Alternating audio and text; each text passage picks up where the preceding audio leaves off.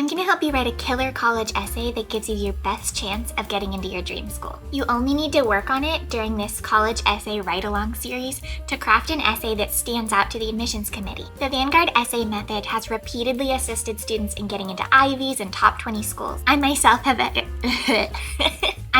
have assisted students in getting into Cornell, UPenn, UC Berkeley, among many other universities. In this series, I'm explaining what we know about essays that you don't. In today's video, we're discussing the rising action portion of your essay.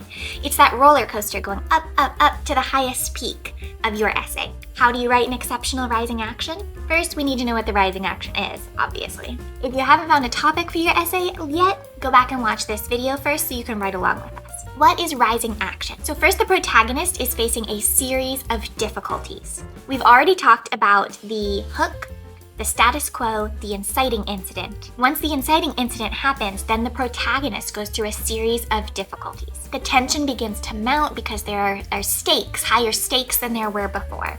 Like I said, it's the roller coaster, it's going upward. It's not when it gets to the top before it drops, it's the process of going upward, very slowly, and the suspense that builds.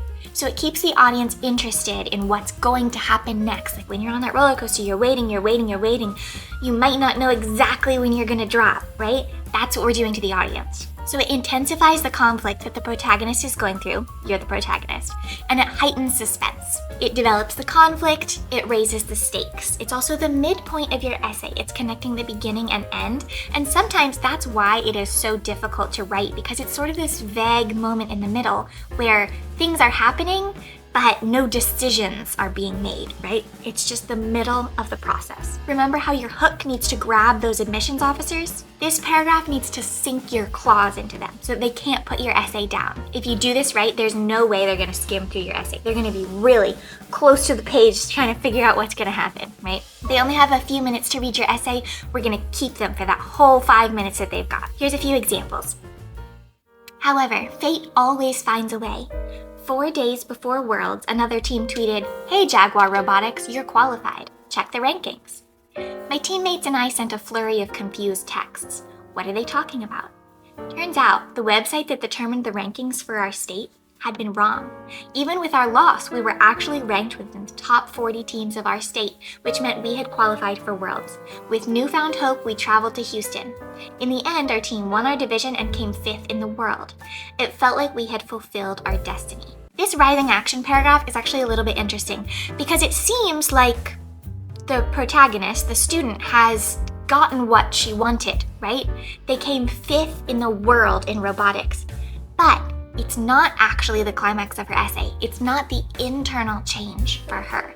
It's what happened externally. It's the process of how she changed personally. Remember how those Common App essay prompts are all looking for personal growth? That's why you can use a failure to talk about it, right? She failed, she succeeded, she thought she failed, she succeeded. But that personal growth hasn't been talked about yet. And of course, we're gonna talk about that in my next video in 2 weeks. But for now, she's in the process of that internal personal growth. Here's another one. Entering high school, I didn't wait for things to float by like the blobfish. I attacked them.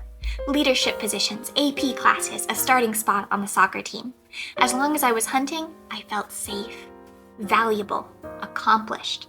Any lingering fascination with the blobfish was replaced by disgust. It came to symbolize what I thought I'd become if I stopped swimming.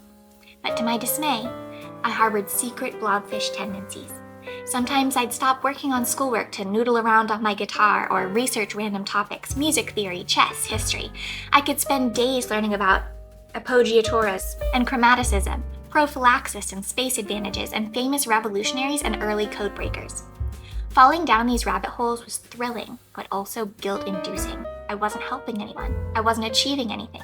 I wasn't working towards a future career. This student got into UPenn. He talks about all the wonderful things he's doing, leadership positions, AP classes, starting spot on the soccer team, right? He's a go-getter. He really is, and he doesn't want to be like this blobfish. But the internal growth that he's experiencing in this essay is a learning to appreciate the blobfish, to admire the blobfish for what it is, and to accept himself for who he is as well. Right? That's the personal growth that we're going for. You can see in this rising action that he's moving toward that realization, but he hasn't made it there yet. I know a lot of y'all want to use your personal statement like it's a resume dump. It's, oh, here's all the stuff on my resume again. As you can see, leadership positions, AP classes, soccer team, right? You don't need to do that. What he's done here is perfect. It's just a quick list. These are all the amazing things I was doing, but they're not enough. They're not his personal growth. Just like those things, all the achievements that y'all have made is not enough for your college essay. Your college essay needs to be about you internally, personally. Okay? And about growth. Next one. I was baffled and dismayed. Why did nature proliferate so well only to be utterly destroyed later? What role did I play as a mere gardener in nature's grand, unknown scheme? Unexpectedly, I found the answers while pursuing another passion project, learning the Japanese language. I feel inspired by the variability and flow of the Japanese kanji and learn them not through memorization, but instead by painting them on my wallpaper and attaching special memories to each character. This one that I can't pronounce, for example, means rodents. The boxed dashes in the first kanji reminded me of the Lego bait trap during my attack on the rats and how the rats took no time in destroying my build. The second kanji translates to family. So here, again, this is right before his realization of what the rats can do for his garden. He's been fighting them, and then in this moment of the rising action, he's learning something that hasn't quite hit that personal growth, but is right before it, okay? So, we're all gonna write our own. We're gonna take 5 minutes, as always, and I want you to write all the way up until that moment of internal growth, that moment of change, and then you stop, because we're gonna do that in 2 weeks. Okay, so pull up your documents, whatever you've got. Take a moment, read through your hook, status quo, inciting incident, and then we will get into this. 5-minute timer, let's go.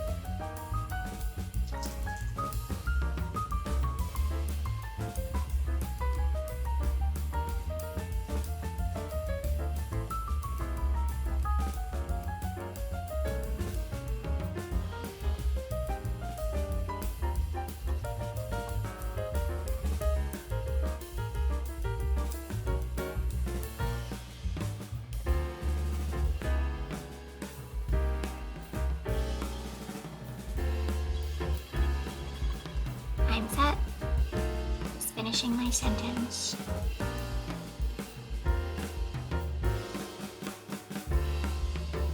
Okay, you can pause the video if you're not done yet, and I'll read you mine. Alright, rising action. Throwing myself further into research, I learned about reactive dogs, which fit Mr. Bingley exactly. So how could I make him behave? How could I ensure that he didn't embarrass me when I had guests or walking by other dog owners? Everything I read said that handling reactivity was a process, not a cure, but I was sure that with consistent and effective training, I could fix it.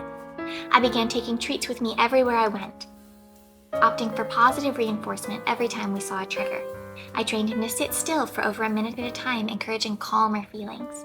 I called Bingley every time he saw the mailman, reinforcing how nice the mailman was with tasty cheese. I grew frustrated every time the treats weren't enough to overcome his fear and he turned away from me to bark. It wasn't enough. I couldn't make him behave. My wording isn't quite right in this, but we're going to solve that in our last essay write-along video. Not the next one, but the one after. We're almost done. You're almost done with your essay. So I'm opting to not fix it right now so that we can talk about it later on. I hope this has been helpful for you all, and I look forward to seeing you in my next video when we'll be talking about the climax of your essay, that moment of personal growth and internal change.